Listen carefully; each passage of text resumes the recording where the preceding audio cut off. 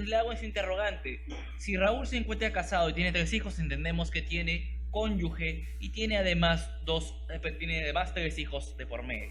Pero solamente tiene una casa a su nombre. Si colocamos así es porque básicamente la casa, digamos que es un bien propio dentro del régimen sociedades gananciales, habiendo existido este régimen patrimonial dentro del ámbito matrimonio de Raúl y su cónyuge. ¿Está bien?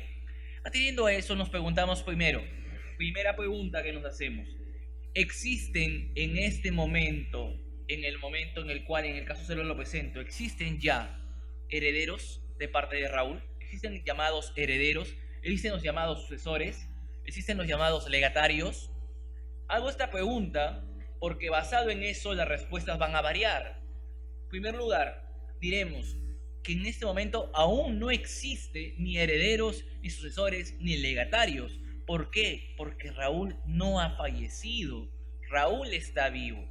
Siendo que Raúl está vivo, nos preguntamos, ¿una persona viva puede donar su casa o no? Ahora, ahí hay varias dudas. ¿En qué sentido? Algunos dirán, sí puede donar si es que no tiene personas que están a la expectativa de su muerte, es decir, si no hay herederos, si no hay sucesores. Otros dirán, efectivamente puede donar porque está vivo. Y justamente esta es la duda que muchos abogados tienen. Yo quisiera aclararlo, caso cero inicial. Esta persona llamada Raúl, como está viva, puede hacer con sus bienes lo que quiera. No hay límite legal. Pero doctor, ¿qué está hablando? Se supone que debe observar el tercio, la mitad de libre disposición o la totalidad. Claro, estas son instituciones que van a surgir y que lo podemos conversar con mayor profundidad oportunamente, pero de alguna manera van a surgir cuando la persona ya haya fallecido, debido a que el derecho sucesorio surge cuando la persona fallece. Y si ustedes observan, cada uno de los puntos del tercio, legítima, libre disposición, la mitad de libre disposición o demás, serán materia de análisis cuando la persona ya ha fallecido, porque recién ahí se dará lo que se conoce como la apertura de la sucesión. Antes no existe derechos sucesorios y antes ningún articulado referido al libro de derecho sucesorio es aplicable. Por lo tanto, Raúl tiene plena libertad para disponer de sus bienes conforme considere, ya sea donándolos o ya sea vendiéndolos.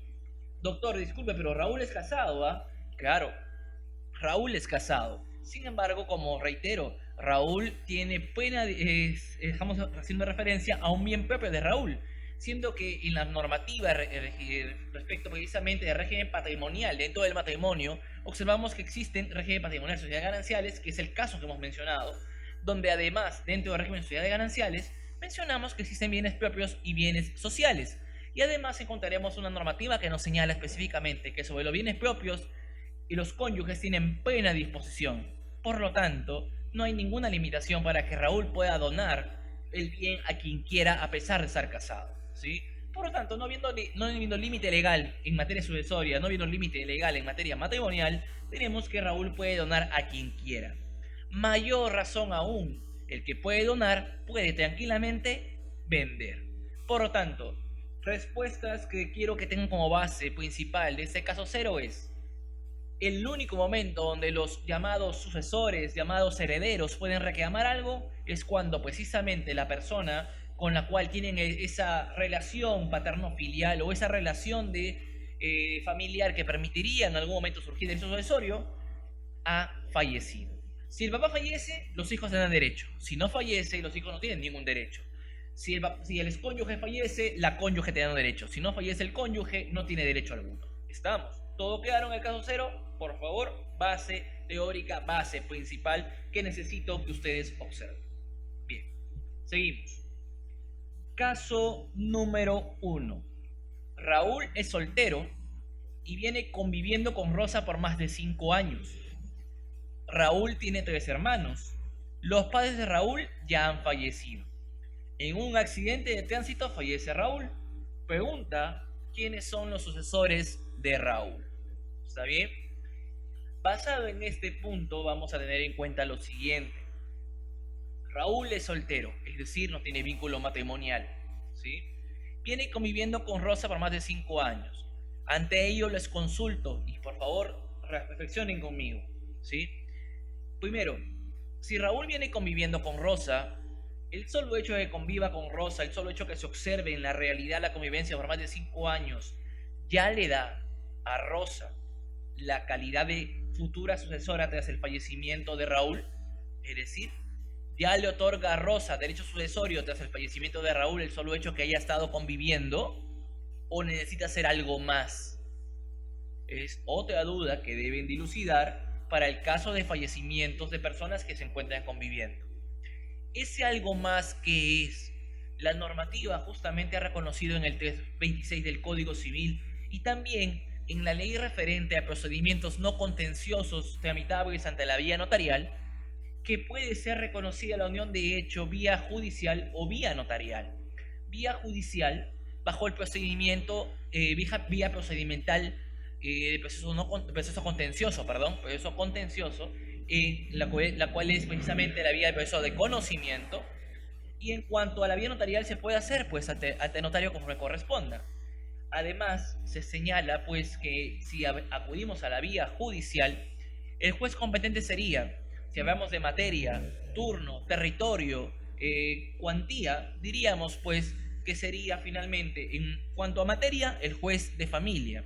En cuanto a lo que es la jerarquía, observando que existen jerarquías entre juzgado de paz, juzgado paz letrado, juzgado especializado, sala superior, sala de la Corte Suprema, de alguna manera podemos observar que el juzgado encargado de este caso, por jerarquía, es el juzgado especializado. El tema de territorio, diríamos, como en los temas referentes a lo que es el divorcio, por ejemplo, o el reconocimiento de derechos, siempre se tiene en cuenta el último domicilio donde convivieron los casados o los convivientes en este caso. Por lo tanto, sería el último domicilio convivencial. Sería el juez especializado del último domicilio convivencial. Sería el encargado de observar, bajo la vía procedimental de la vía de proceso de conocimiento, el encargado precisamente de velar, de observar este proceso judicial de reconocimiento de unión de hecho. O en todo caso podrán acudir a la vía notarial presentando documentación pertinente, acudiendo tanto en vida, claro está, Raúl y Rosa, para declarar que efectivamente han tenido una convivencia por más de 2 años y de esa manera, ya sea luego del procedimiento correspondiente, ya sea la vía notarial o la vía judicial, termina con una orden del juez o una disposición notarial de remitir a registro personal de los registros públicos los oficios, los partes, las resoluciones pertinentes para que se pueda escribir la existencia de esta unión de hecho. Es decir, la convivencia propia, al momento de ser reconocida por el derecho, se denominará unión de hecho conforme al 326 del Código Civil. Es a partir de la existencia de esta unión de hecho en que Rosa, tras el fallecimiento de su conviviente Raúl, podrá reclamar derecho sucesorio. Es a partir de este momento, no es antes, ojo, no es antes.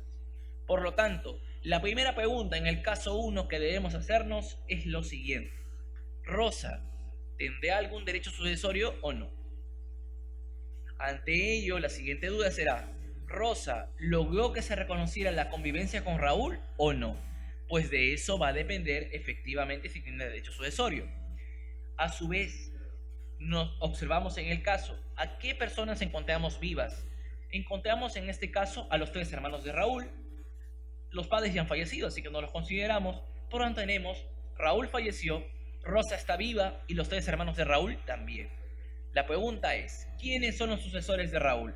Vamos a colocarnos en ambos casos, en los casos en que Rosa aún no ha reconocido su convivencia y en el caso de que Rosa sí la ha reconocido. Pero antes de ingresar allí, vamos a hacer un refresh en referencia a lo que es precisamente, el orden sucesorio. Tienen que analizar, por favor, el artículo 816 del Código Civil. El 816 del Código Civil establece 6 órdenes sucesorios y nos dice que hay en primer orden, en segundo orden, en tercero, cuarto y quinto y sexto orden sucesorio. En el primer orden sucesorio vamos a encontrar a quién: a aquellos que efectivamente dependen económicamente de la persona que falleció. ¿Quiénes serían aquellos, utilizando la razonabilidad, quiénes serían aquellos que dependen económicamente de la persona que ha fallecido? Efectivamente, serían los llamados descendientes, los hijos de alguna manera, serían los responsables, los mayores dependientes económicamente de la persona que falleció, los descendientes. Precisamente por ese motivo, los descendientes se encuentran colocados en el primer orden sucesorio del 816 del Código Civil. En el segundo orden sucesorio, ¿a quiénes encontramos? Aquellos que en el ámbito familiar están tan cercanos en la vida del fallecido como los descendientes. ¿Quiénes serían? Los llamados ascendientes, es decir, los padres, por ejemplo, del causante, serían los ubicados en el segundo orden sucesorio. En el tercer orden sucesorio, ¿a quiénes encontramos? Encontramos en este caso a los que de alguna manera yo siempre llamo los reflejos, es decir, aquellos que se encuentran casados con nosotros o que se encuentran conviviendo y que su convivencia ha sido debidamente reconocida. Esto es, el cónyuge sobreviviente o la miembro de la unión de hecho sobreviviente. En el cuarto orden sucesorio encontramos aquellos parientes colaterales en materia de familia que son los más cercanos, es decir, los que están en el segundo orden en línea colateral. Por lo tanto, ¿quiénes están en el segundo orden en línea colateral? Para refrescarles también la memoria, decimos lo siguiente: si somos nosotros el centro de la relación familiar, hacia abajo tenemos a nuestros hijos, que serían primer grado en línea recta descendente. Hacia arriba tenemos a nuestros padres, que sería primer grado en línea recta ascendente. Si queremos ir hacia nuestros hermanos, tendríamos que ir hacia el tronco común, que es nuestro papá o nuestra mamá, y bajar hacia nuestro hermano, que está en el lado derecho o izquierdo, conforme lo queramos graficar. Siendo así, diremos, primer grado hacia el padre, hacia el hermano sería segundo grado. Pero como está en los colaterales en los lados, diríamos segundo grado en línea colateral serían los hermanos. ¿Está bien? Siendo que los hermanos son los segundos grados en línea colateral y son los más cercanos colaterales, ellos serían los llamados a estar en el cuarto orden sucesorio por ser los más cercanos colaterales. Los siguientes colaterales, ¿quiénes son? Serían los hijos de mi hermano, es decir, los sobrinos. Ellos son los llamados tercer grado en línea colateral y por lo tanto están en el quinto orden sucesorio. ¿Y quiénes están en el sexto orden sucesorio? Serían los que están ubicados en el cuarto grado en línea colateral, es decir, los primos. Ellos son los que están ubicados en el cuarto grado en línea colateral y por tanto son los que están en el sexto orden sucesorio. Bajo esa premisa y esa forma de ver el derecho de familia y el derecho de sucesiones, podemos descubrir que todo tiene siempre una lógica y no es necesario memorizar normativas ni nada por el estilo, sino todo comprender el sistema como está realizado. Bien, todo eso para responder el caso 1, que es muy simple tal vez, pero tenemos que servir de base para analizar luego casos posteriores. Decimos el siguiente entonces, ya poniéndonos en el punto A. En el punto A, Rosa sí ha reconocido su convivencia, ¿está bien? Basado en eso, respuesta: ¿quiénes son los sucesores de Raúl? Decimos, está Rosa, quien sí fue reconocida como conviviente. Además tenemos a los 3 hermanos vivos. Les pregunto, Rosa, si está reconocida su convivencia, ¿en qué orden sucesorio nos encontramos? ¿En el primero, en el segundo, en el tercero, en el cuarto, en el quinto o en el sexto? Estoy seguro que ya se ubicaron, que están en el tercero, efectivamente, en el tercero. Estando ya en el tercero, digamos, sucesorio, nos preguntamos, los hermanos de Raúl, ¿en qué orden sucesorio están? En este caso están en el cuarto. Siendo que están en el cuarto, el tercero va a excluir precisamente al cuarto orden sucesorio. Siendo así, si Rosa logra reconocimiento de su unión de hecho, lo más pronto posible podría de alguna manera reclamar un derecho y por tanto excluir a los hermanos y ella sería la única sucesora. ¿Lo acerco un poco más? Perfecto. Siendo así, ella sería la única sucesora. ¿Estamos? Ahora, si Rosa no logra reconocimiento de la unión de hecho, ahí estamos en una gran complicación. Porque Rosa, al no estar reconocida, no sería tercer orden sucesorio, serían solamente los hermanos, y los hermanos se quedarían con todo. La pregunta de ustedes que salta a la vista sería, pero Rosa, si no está reconocida unión de hecho, ¿puede luego reclamar y ser reconocida posteriormente? Sí, sí lo puede hacer. Rosa tendría que demandar, en este caso, a Raúl, o en todo caso a sus sucesores, porque Raúl ya falleció, los demandará, es decir, a los hermanos, y luego, una vez reconocida su unión de hecho, tendrá que demandar luego la petición de herencia para ser considerada como única sucesora e excluir en alguna manera a los hermanos, en este caso de Raúl. Si no hace eso, o si lo hace muy tarde, de tal manera que los hermanos de Raúl ya desaparecieron todos los bienes de Raúl, lástima por Rosa, perdiste tu oportunidad, no la supiste aprovechar. Bien, caso número 1, respondido. Vamos al caso número 2. El caso número 2. José tiene 3 hermanos. Tiene a su papá y su mamá viva. No tiene hijos. Se encuentra casado con María. José falleció por una enfermedad. ¿Quiénes son los sucesores de José? Por favor, tomemos en cuenta lo que hemos mencionado en el punto 0. En el caso 1 no voy a repetir porque la idea es que sirva de base para seguir avanzando. ¿Está bien? Entonces decimos, José tiene 3 hermanos. El que falleció es José. Pregunta, ¿quiénes son las personas que le sobreviven a José? En ese caso serían los 3 hermanos. Además, sus papás, papá y mamá le sobreviven. Y además le sobrevive María. ¿Está bien? Ante ello, ¿quiénes son los sucesores de José? Bajo la premisa de que está casado con María. ¿Está bien? Bajo la premisa que está casado con María. Siendo así, decimos, del primer orden sucesorio, ¿hay personas o no? No lo hay, porque no hay hijos, no hay descendientes. Del segundo orden sucesorio, ¿hay personas o no? En este caso sí está papá y está mamá del fallecido, en este caso del causante llamado José. Del tercer orden sucesorio, ¿hay personas o no? María, ¿verdad? Y del cuarto, también hay 3 hermanos. ¿Eso quiere decir que todos adquieren? No. Se va a observar el grado uno por uno, la distancia que hay. Mientras más cercanos al primer orden, o sean de primer orden, serían los llamados a heredar. ¿Está bien? Siendo así, tenemos del segundo, del tercero y del cuarto. Por lo tanto, en la lógica jurídica sería el segundo el único llamado a suceder, ¿verdad? Sería la lógica. Sin embargo, el mismo articulado 816 del Código Civil, nos hace la remembranza y la reflexión de que en caso exista del tercer orden sucesorio, el tercer orden sucesorio va a concurrir con el segundo o con el primer orden. Por lo tanto, siendo así, existiendo segundo y tercero, ambos serían los sucesores.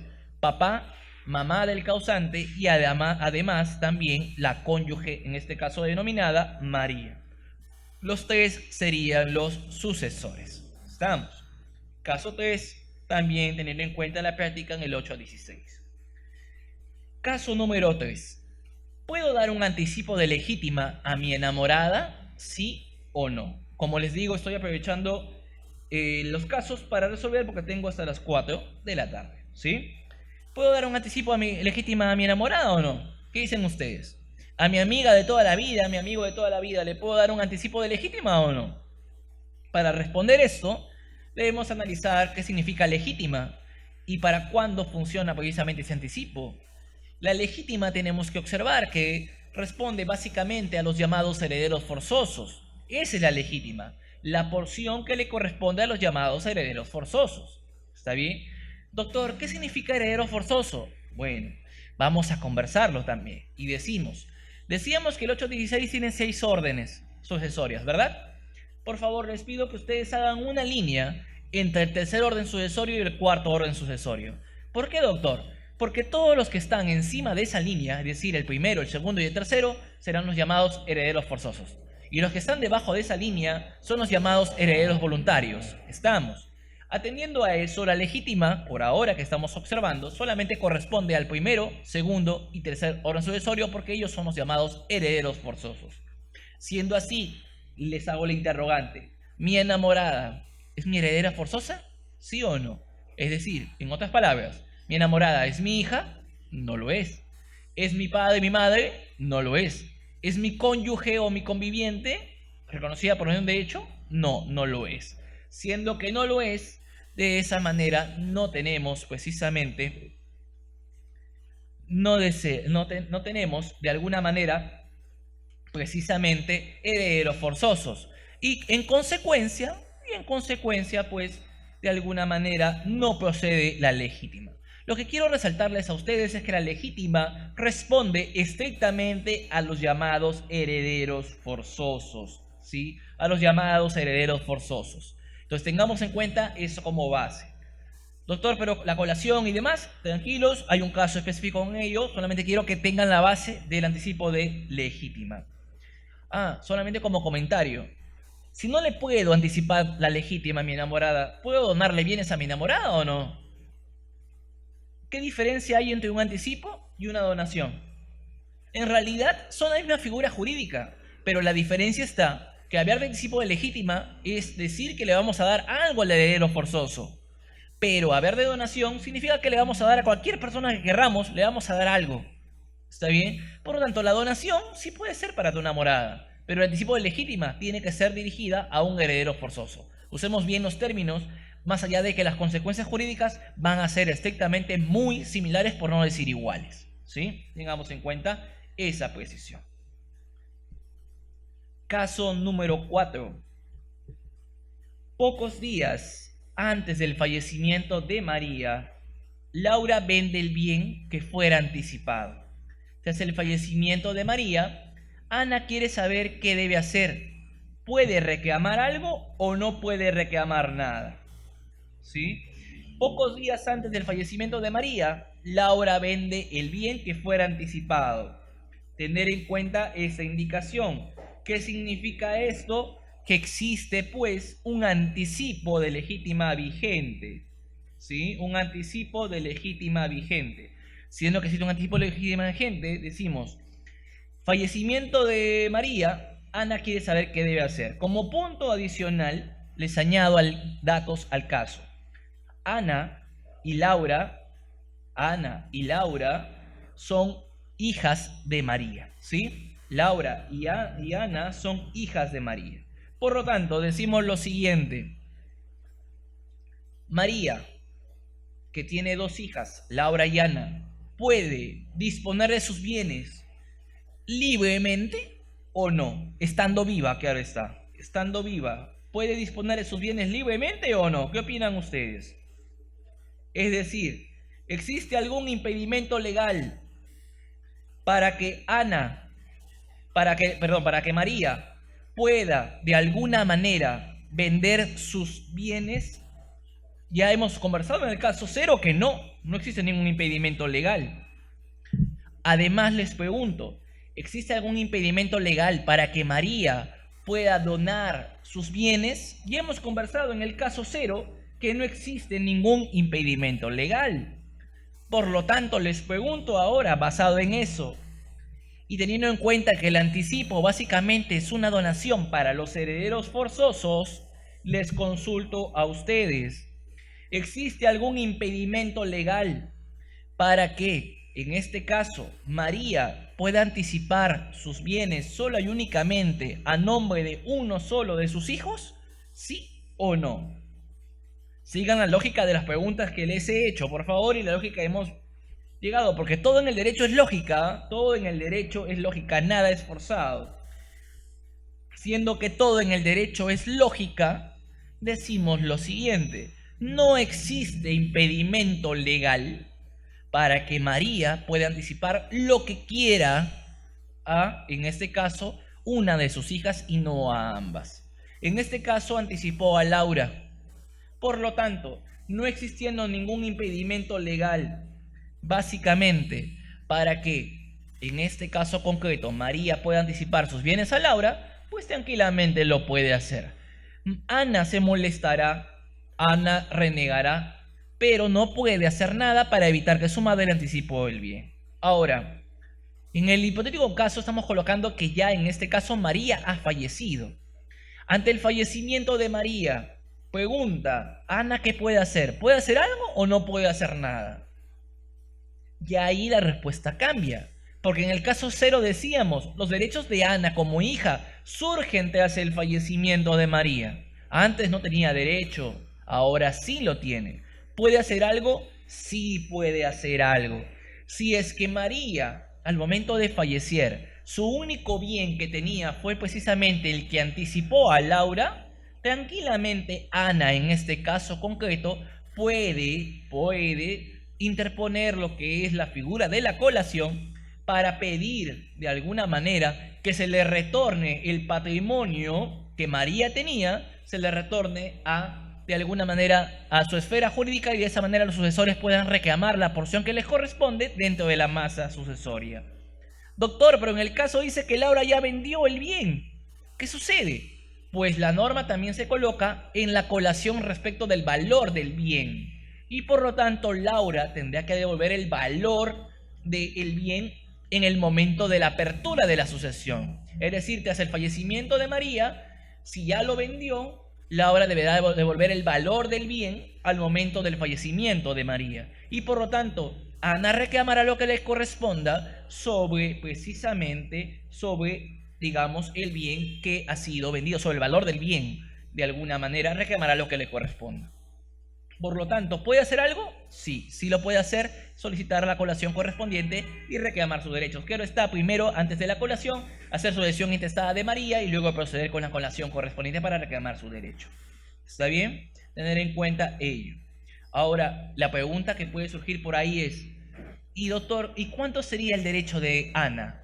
¿50-50? ¿O existe alguna diferencia entre María y entre Laura y Ana? Eso es lo que también vamos a proceder a observar y lo vamos a aterrizar en el caso número 5. ¿Sí? En el caso número 5. Decimos, si recibí un anticipo de legítima con dispensa, en este caso con dispensa de colación, ¿quiere decir que nadie me exigirá la devolución del bien o su valor? Esa es la pregunta que debemos analizar. Si yo soy beneficiario de un anticipo y ya lo está registrado a mi nombre de alguna manera, ¿alguien más podrá reclamarme la devolución del bien? Sí lo puede hacer. ¿Y por qué lo puede hacer? A pesar de ser con dispensa de colación, ¿Por qué? Porque la dispensa de colación o la declaración del anticipo fijado sin dispensa de colación no quiere decir que el bien definitivamente va a estar a nombre estrictamente de la persona que recibió el anticipo, en este caso el anticipado. ¿Está bien? Se tiene que analizar todo ese contexto. ¿Qué diferencia hay entre señalar dispensa de colación y señalar sin dispensa de colación? Les pongo un caso concreto. Nuevamente retornando aquí, en el caso 4, vamos a imaginarnos que María otorgó el anticipo a Laura sin dispensa de colación, ¿sí? Sin dispensa de colación. ¿Qué significa esto? Y siendo que la casa, el bien que fuera anticipado, es el único bien de María. Decimos que la casa es el 100% de la masa hereditaria. Si le dio todo, en este caso a Laura, sin dispensa de colación, Ana podrá reclamar que el 100% de la casa vuelva a formar parte de los bienes de, en este caso de María, de la masa hereditaria, y finalmente reclamaría 50% de su derecho, porque ella adquiere en forma igualitaria que Laura. 50% de esa casa va a pertenecer a Ana y 50% de esa casa le pertenecerá, en este caso, a Laura. ¿Estamos? 50-50. Vamos a colocarnos en el supuesto de que sí, el anticipo fue con dispensa de colación. Si fuera el anticipo con dispensa de colación, ya ingresamos a otro ámbito muy interesante que viene a ser la porción disponible. ¿Qué porción disponible tengo yo para disponer de mis bienes? Algunos pensarán que solamente existe un tercio de libre disposición, lo cual no es así. Regresamos al cuadro en cuestión que sí hemos conversado, 8.16 del Código Civil, 6 órdenes sucesorios, encima de la línea, por favor, es decir, los primeros 3 órdenes sucesorios, ¿está bien? Y decimos, si cuando yo fallezco no tengo hijos, es decir, no hay del primer orden, y tampoco me encuentro casado o no tengo unión de hechos registrada, es decir, no hay del tercer orden, decimos entonces, pero sí tengo en este caso padres vivos, es decir, solamente hay del segundo orden, decimos que si solamente hay del segundo orden y no hay del primero ni del tercero, tengo la mitad, es decir, el número 2 se divide entre 2, mi posibilidad de disponer, siendo por ese motivo tengo la mitad de libre disposición. Y si existieran cuando yo fallezco del primer orden, tengo hijos, o del tercer orden porque me encuentro casado o porque hay un conviviente, o no existiendo el primero existe el tercero, o no existiendo el tercero existe el primero, cualquiera de los dos es un I o es un O, tengo sola y únicamente un tercio de libre disposición. ¿Está bien? Basado en eso, decimos también como conclusión que si no hay del primero, no hay del segundo, no hay del tercero, y sí hay del cuarto, es decir, hay los que están debajo de la línea, tendríamos solo y únicamente, digamos, más que solo y únicamente, tendríamos la totalidad de libre disposición. No hay ningún impedimento y tengo el 100% para disponer los bienes conforme quiera por testamento. ¿Estamos? Bajo esta premisa concreta, nuevamente regresamos al caso. María anticipó, en este caso, a su hija Laura, en un anticipo con dispensa de colación. Y justamente Ana, tras el fallecimiento de María, quiere ver qué puede hacer. Ante esa situación, decimos, si puede hacerlo vía colación, puede reclamar. Perfecto, pero la pregunta es, ¿cuánto puede reclamar? Si es con dispensa de colación, la casa, que es el 100%, va a retornar sí a la masa hereditaria. Sin embargo, no la totalidad, sino un porcentaje. ¿En qué sentido? Primero, decimos, la porción disponible que tenía María al momento de fallecer, ¿cuál es? ¿Un tercio, la mitad o la totalidad? En el caso concreto decimos que María tiene dos hijos, tiene a Laura y tiene a Ana, por lo tanto existen del primer orden sucesorio. Existiendo del primer orden sucesorio, por lo tanto tiene sola y únicamente, bajo el siguiente pensamiento que hemos tenido anteriormente, tiene un tercio de libre disposición. Entonces, bajo esa premisa decimos, María su tercio de libre disposición lo quiere destinar a una de sus hijas, no a las dos. ¿Cuál de esas hijas es? Precisamente a la anticipada, en este caso, Laura. Laura ya goza de un tercio sobre la masa hereditaria, es decir, sobre la casa. Adicionalmente, los dos tercios que quedan van a ser divididos en partes iguales entre Laura y Ana, las dos hijas de María. Siendo así, como se van a dividir en partes iguales, decimos un tercio de libre disposición más la mitad de esos dos tercios sería un tercio más. Por lo tanto, Laura se queda con dos tercios y Ana se queda solamente con un tercio. Esa es la distribución final en una dispensa con colación.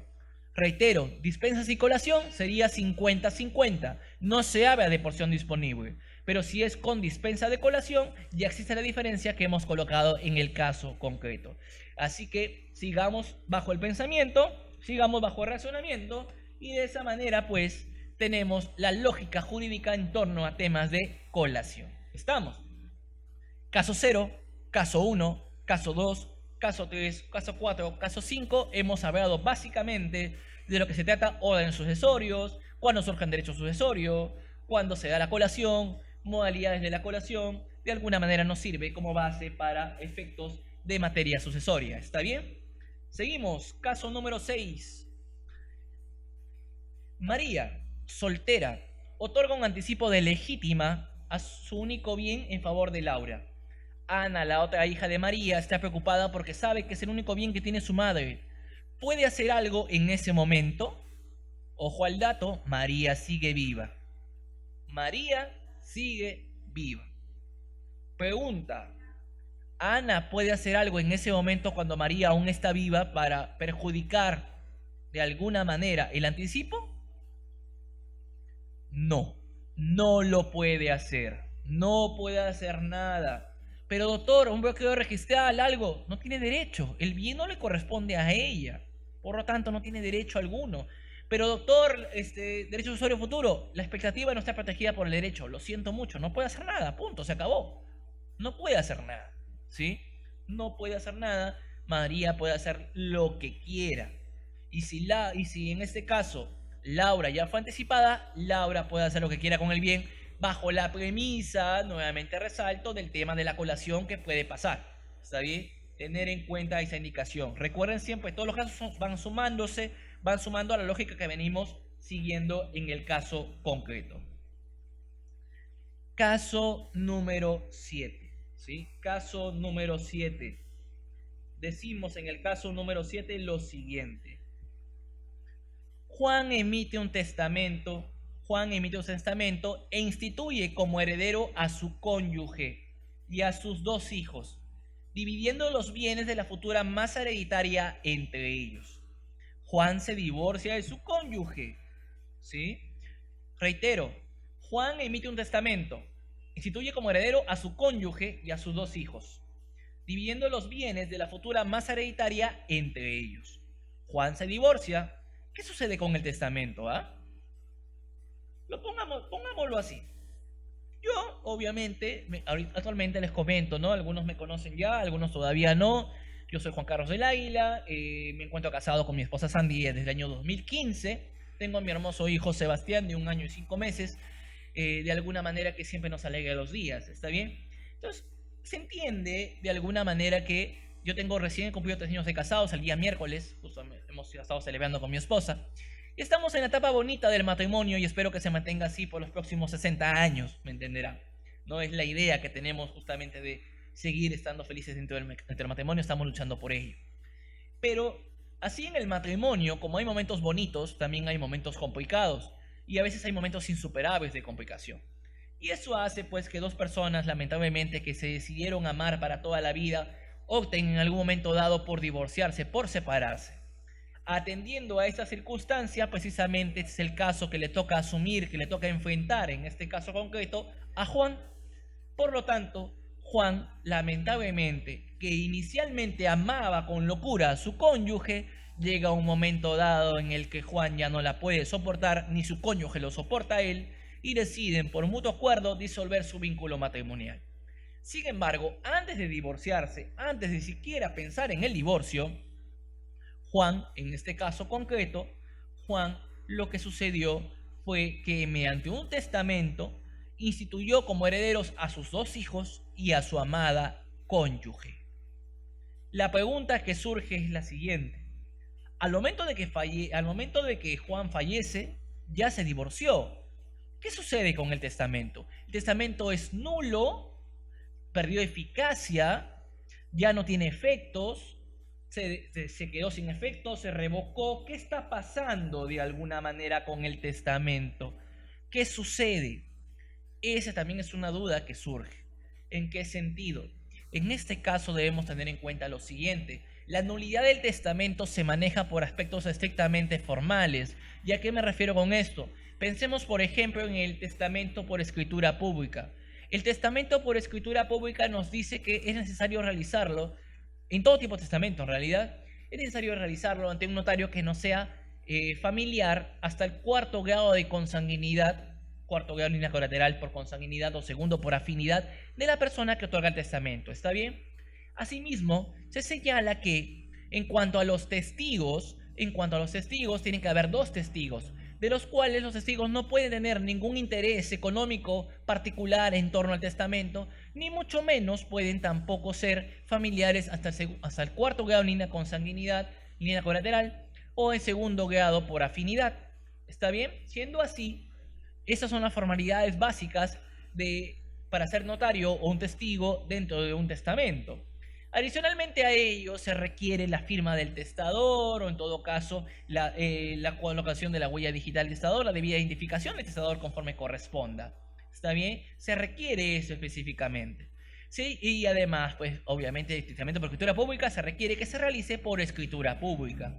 Atendiendo a esta figura jurídica, si alguna de las formalidades solemnitatem de precisamente realizar ese testamento no son observables, porque de alguna manera no se cumplió con las formalidades, o mucho menos el testador, el que emite el testamento, no se encuentra en la capacidad para hacerlo de alguna manera, y a pesar de eso se realiza, pues deviene en ser nulo el testamento. Sin embargo, cuando el testador da un testamento vulnerando los derechos sucesorios de otros herederos, o haciendo mención a hechos como el que estamos mencionando aquí, por ejemplo, que instituyó a su cónyuge como heredera, pero al finalizar su vida ya su cónyuge ya no era su cónyuge porque se disolvió por divorcio su vínculo matrimonial, de alguna manera decimos no que es nulo el testamento, sino que la cláusula mediante la cual se instituyó a estos herederos ha caducado, ha perdido eficacia, y por tal motivo, de alguna manera, ya no se puede aplicar con efectividad. Observamos aquí pues la institución de llamada caducidad de las cláusulas testamentarias, que también serían parte de un análisis muy profundo de este tema sucesorio que lo podemos conversar en su oportunidad de ser el caso que exista la ocasión para ello, ¿sí? Pero también les dejo ese caso número 7 para que observen la diferencia entre nulidad y caducidad. Caso número 8. María y Josué son hermanos. Su padre, quien era soltero, tenía una casa de playa y una casa en La Molina, fallece. ¿Sí? Josué es declarado como único heredero universal, luego de un procedimiento de sucesión intestada. Josué registra el bien a su nombre. Josué vende el bien a Jorge. ¿Qué puede hacer en este caso María? Caminos legales para María. En otras palabras, ¿cuántas veces hemos observado casos supuestos donde específicamente observamos que hermanos se hacen declarar como únicos herederos en exclusión de otros? Es el caso tipo, solamente que coloco dos para hacerlo más sencillo, para que podamos entenderlo en este tema que estamos asumiendo, que estamos observando. Entonces decimos, ¿qué podemos hacer aquí? Básicamente decimos lo siguiente: si una persona es excluida de un derecho sucesorio por otra que tiene igualdad de derecho sucesorio o tiene menor grado de derecho sucesorio, debe interponer una demanda judicial. ¿Qué demanda judicial es la que debe interponerse? La demanda judicial correspondiente precisamente a la llamada petición de herencia. ¿Qué objetivo tiene esta demanda? Concurrir con aquel que posee en forma única los derechos sucesorios, la masa hereditaria, o en todo caso excluirlo si se considera que se tiene un mejor título para suceder. ¿Está bien? Atendiendo a este punto concreto y para aterrizar más aún lo que es la demanda judicial de petición de herencia, decimos lo siguiente: ¿ante qué juez interponemos la demanda de petición de herencia? Nuevamente observamos materia, cuantía, turno, jerarquía, competencia territorial. ¿Qué juez es el encargado de ver precisamente lo que es la demanda de petición de herencia? En este caso concreto, por jerarquía, preguntamos: juzgado de paz, juzgado paz letrado, juzgado especializado, juzgado de la sala superior de la Corte Suprema. ¿Cuál de todas estas jerarquías sería la indicada? Desde el punto de vista de la ley orgánica, vamos a observar que el juzgado especializado sería el encargado de ver estos casos de petición de herencia. Ahora vamos, materia. En este caso concreto, aunque se trate de temas sucesorios, la materia en realidad es la del juez civil. Es el juez encargado, conforme a la ley orgánica, de analizar esos casos. ¿Está bien? Es el juez civil. En competencia territorial, ¿qué ley, qué norma nos determina cuál es la competencia territorial del juez? En este caso se maneja la del último domicilio de la persona fallecida. Último domicilio del causante. Por lo tanto, si es último domicilio del causante, sería el último domicilio del padre de María y Josué. Por lo tanto, en materia de turno, solamente temas de violencia, no aplica. Cuantía es indeterminable en materia de familia, así que no lo vamos a tomar en cuenta. Siendo así, sería el juez especializado civil del domicilio del causante. ¿Estamos? Ese sería el juez encargado de analizar. ¿Qué vía procedimental es la correspondiente? Proceso único tal vez, proceso único de ejecución, proceso abreviado, sumarísimo, proceso de conocimiento o vía procedimental de proceso no contencioso. ¿Cuál sería la vía procedimental? En este caso es la vía procedimental del proceso de conocimiento. Entonces, siendo así, María debería interponer de alguna manera demanda de petición de herencia contra de Josué, su hermano, para ser considerada como también sucesora de, en este caso, su padre, el que ha fallecido. Pormenores de la demanda de petición de herencia lo podemos conversar también oportunamente en alguna ocasión que se pueda presentar, pero quiero que entiendan qué debe hacer en este caso número 8. Pueden revisar la materia y demás. Bien, atendiendo a estas premisas, quiero cerrar las bases de materia sucesoria que hemos querido abordar en esta clase. Se podría hacer introductoria de alguna manera a posibles sesiones futuras que podamos tener aquí en Infojus. Básicamente, punto 1. En materia sucesoria, los derechos sucesorios van a surgir solo y únicamente cuando fallezca la persona. Antes no hay límite de alguna manera de disposición de bienes. Por ese motivo, por ejemplo, recordando las palabras de mi profesor de materia sucesoria, el doctor Zárate del Pino, nos decía: los papás que llegan a una avanzada edad, que tienen bienes de por medio y tienen 20 hijos esperando su fallecimiento para quedarse con sus bienes, lo mejor que pueden hacer los padres es coger sus bienes, vender sus bienes, tomar el dinero e irse de viaje a pasear tranquilamente, ¿sí? Porque no tienen ningún deber, ninguna obligación legal de darles algo tras el fallecimiento, darles algo o dejarles algo a sus hijos. No tienen ese deber. Al contrario, hacer eso involucraría muchos conflictos entre los hijos, quienes están esperando quién se queda con la mejor parte de los bienes de los padres. Así que mucho ojo con eso.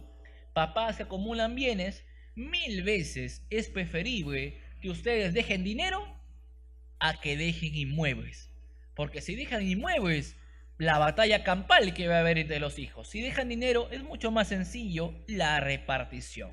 Estamos, tengamos en cuenta ello. Así que dispongan lo que ustedes consideren. Tienen plena libertad, padres, para hacer lo que gusten. Ningún hijo les puede obligar a decirles, por favor, anticípame mi parte. Si ustedes quieren, lo hacen. Si quieren, no lo hacen. Ahora, si caen en el juego de sus hijos, no, disculpe que lo diga así, pero tengo que protegerlos también a los papás. Si caen en el juego de los hijos y aceptan un anticipo, por favor, si van a anticipar a sus hijos, consejo más allá de que hemos tocado someramente las instituciones, consejo aparte es lo siguiente: por favor, en el anticipo de legítima que hagan, coloquen la carga con usufructo vitalicio. Es decir, mientras estén vivos ustedes, padres que son los anticipantes, sus hijos anticipados no los pueden botar de su casa porque han colocado la carga del usufructo vitalicio. Si por ahí sus hijos venden el bien que fuera anticipado, pues mala suerte, lo venderán con el usufructo, lo venderán con la carga y el comprador tendrá que soportar que ustedes no se van a retirar de esa casa. Si no colocan esa carga, sus hijos mañana más tarde vendrán y dirán: papá, gracias por el anticipo, ahora lárgate. Y eso es muy duro y suele pasar. Así que mucho ojo, papás, por favor. Bajo esta premisa también, los papás tranquilamente pueden disponer de sus bienes conforme consideren. Ahora, atendiendo a esta premisa y atendiendo a la porción disponible, aquellas personas que tienen una doble vida, les comento lo siguiente. Es decir, aquellas personas que se encuentran casadas, por ejemplo, y que no se han divorciado, pero que tienen muchos años de separados, deben saber algo, producto del orden sucesorio que hemos conversado, ¿está bien? En ningún lado del orden sucesorio dice que los amantes se van a quedar con algo del casado. En ningún punto del orden sucesorio dice que los amantes tienen derechos sucesorios, porque los que tienen derechos sucesorios son los casados o los convivientes dentro del marco del 326, es decir, aquellos que pudiendo casarse no desean hacerlo. Siendo así, los amantes que son parejas de personas casadas no van a gozar de ningún derecho a reclamar algo por sobre los bienes dejados en vida por su amante. Estamos, puntos claros.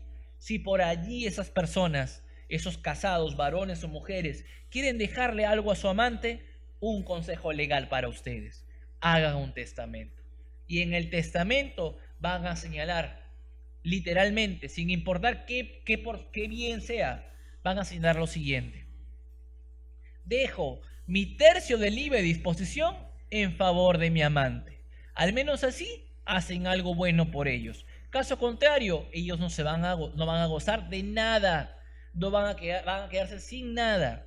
Siendo así, van a quedar al aire. Estamos, van a quedar al aire. Hagan a lo menos, si es que tienen uso de su conciencia, hagan ese testamento para proteger a los amantes en este caso. Si no, de nada sirve. ¿Está bien? Dispongan solamente tercio porque eso es lo que les queda por disponer. ¿Está bien? Tengan en cuenta esa precisión. Adicionalmente, por favor, recordar, el testamento también es una herramienta. Es una manera para reconocer hijos. Siendo que es una manera para reconocer hijos. Si por allí tuviste un hijo que no has reconocido oportunamente y quieres reconocerlo, hazlo al menos por testamento. Entonces, siendo que la duda que a veces surge, ¿qué sucede si yo me encuentro un testamento donde hay un reconocimiento? ¿Ese hijo con reconocimiento tardío también tiene el mismo derecho sucesorio? Sí, también lo tiene. y por lo tanto va a heredar de la misma manera como cualquier hijo matrimonial o como cualquier hijo debidamente reconocido con anterioridad. ¿Estamos? Entonces, bases. Orden sucesorio tiene relación con materia de familia, por favor siempre recuérdenlo. Sobre el orden sucesorio, parte superior, 1, 2 y 3, orden sucesorio, herederos forzosos. 4, 5 y 6, voluntarios. Si quiero en testamento les doy algo, si quiero no les doy nada. ¿Y qué significa esto? Que si, por ejemplo, yo no tengo padres vivos, hijos vivos, ni tampoco tengo cónyuge o miembro de la unión de hechos sobrevivientes, tengo solamente hermanos y quiero dar un testamento, puedo darle el 100% de mis bienes a mis amigos, a quien yo quiera, ¿sí? A quien yo quiera, porque no tengo ningún heredero forzoso. Son bases que de alguna manera he querido plasmarles, presentarles el día de hoy en materia sucesoria, que básicamente son aspectos básicos, aspectos restrictamente básicos, porque obviamente tratar de materia sucesoria es colocarles una gran cantidad de información que no puedo desarrollarlo básicamente en solo y únicamente una hora, pero he querido que tengan algunas luces, algunos puntos críticos para que puedan analizar sus casos en concreto. ¿Está bien? Basado en eso, sin perjuicio de lo que hemos comentado, siempre dejo, y entiendo que lo pueden visualizar, mi correo electrónico consultas@delaguillanosAbogados.com.pe, mi número de celular 987-419561. Por favor, se los pido encarecidamente, solamente por WhatsApp. No me llamen, escríbanme, mándenme mensaje de voz y yo sí les voy a contestar, ¿sí? Tal vez no en la tarde, tal vez no en la mañana, pero sí por la noche. Entenderán que las llamadas son para los clientes. A ellos se les atiende inmediatamente. Todos somos profesionales y espero que me entiendan lo que les digo. Los mensajes de WhatsApp y demás, yo los recibo también de los clientes, pero si son de ustedes por una pregunta puntual, les respondo en el día, pero en el momento que pueda hacerlo con más tranquilidad. Me entenderán. Y los invito, como siempre, a todos mis alumnos con los cuales he podido participar, el grupo de Facebook llamado Análisis Legal de Conflictos Familiares, que tiene esa portada que está en la parte inferior, en el cual ya hemos publicado cerca de 85 casos en materia de familia, en materia sucesoria, para que ustedes de alguna manera puedan observar los diversos criterios que pueden haber en torno a diferentes casos, así como los casos que hemos colocado ahora, casos simples y directos, pero de alguna manera que pueden generar cierto grado de interés, están colocados en esa página, con la finalidad de que los miembros, que son cerca de 300 y algo personas, de alguna manera, y van en aumento, puedan conocer, participar activamente y ampliar sus conocimientos en materia de derecho de familia y sucesiones. Bien, por mi parte quedo muy agradecido por la invitación de InfoJust, esperando a futuro poder tal vez recibir más invitaciones al respecto y poder compartir con ustedes cualquier tema en materia sucesoria, en materia de familia. Como les reitero, el objetivo de esta clase solamente es esa frase que está ahí, para muestra un pequeño botón. Es decir, tan solo comentarles algunas indicaciones al respecto, sin perjuicio de profundizar en futuras clases que se puedan tener, ya sea en familia o en sucesiones. Encantado de estar con ustedes, me despido hasta otra oportunidad. Cuídense, buenas tardes.